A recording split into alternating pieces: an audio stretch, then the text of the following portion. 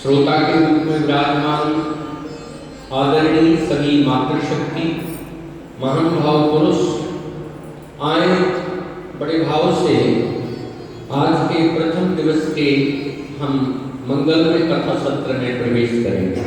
बोलिए भक्तवत्सल भगवान की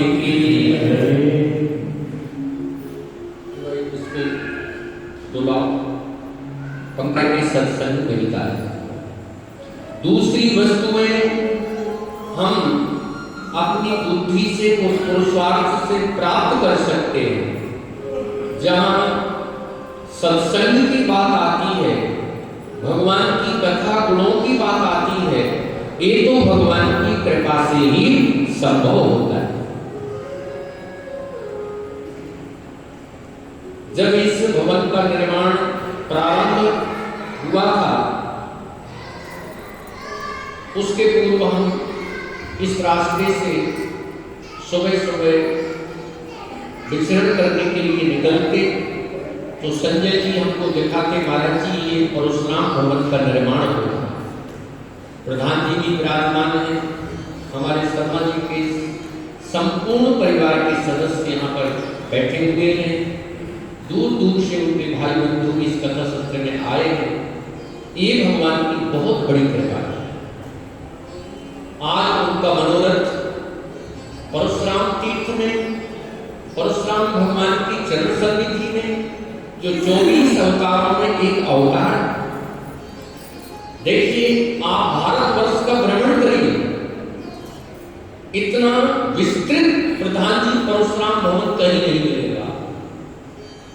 आपने भी देखा होगा, हम भी भारतवर्ष में 75% ब्राह्मणों के यहाँ जाते हैं, मगर इतना विस्तृत परशुराम भवन कहीं नहीं।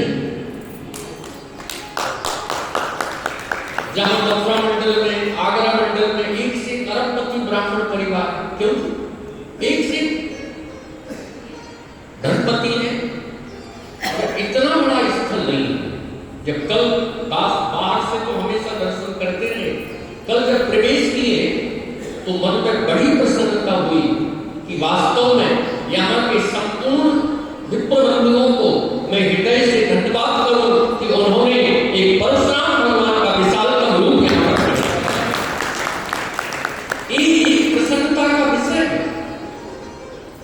पूरे भारतवर्ष में अधिकांश विप्र बंधु परशुराम भगवान की जयंती तो मनाते हैं, मगर ऐसा स्वरूप अगर प्रकट हुआ है तो वो हमारे बहुत और जिन्होंने भी इस भवन के निर्माण में अपनी सेवाएं दी हैं वो भी प्रणम्य नियम करते हुए, धन्यवाद ज्ञापित करते हुए हम आज के प्रथम दिवस की कथा में प्रवेश करेंगे। देखिए, श्रीमद् भागवत जो है वो वेद की ही टीका है, वेदांत दर्शन का ही भाष्य है। हमारे यहां 4 वेद हैं और 4 उपवेद हैं, ध्यान से सुनिएगा। उनकी अलग अलग शाखाएं हैं, उनके अलग अलग फिर उपनिषदों के ऋषि हैं। हमारे यहां पुराण है, आचार्य कहते हैं वेद से भी अगर कोई पुराना ग्रंथ है तो वो पुराना है, इसलिए उसको पुराण कहते हैं। क्या कहते हैं? इसलिए उसको पुराण कहते हैं। और एक बात और आपको विनम्रता से निवेदन करूं, हमारे यहाँ जो ग्रंथ हैं वो कोई कागज के पन्ने नहीं है। मैं एक फोटोग्राफर भैया से निवेदन करूं, हो गया। अब आप भी बैठे, इन लोगों को भी कथा का आनंद लेने दें। आपकी अपनी भूमिका है, स्वागत है, मगर इसमें व्यवधान भी ना हो, क्यों हो गया। इनकी ज्यादा फोटो का कोई मूल्य भी नहीं, क्यों। अब तो अगर किसी की छवि को भी मन में रखना है तो गोविंद की छवि को मन में रखना है। इसकी छवि का मूल्य देखना। बोलो, मैं कहूं मेल, बोलो, हाड़ मांस का शरीर है, एक दिन जय श्रीमन्नारायण हो जाएगा। क्या इसको संजो करके रखना, संजो करके रखना है तो गोविंद की छवि को संजो करके रखना।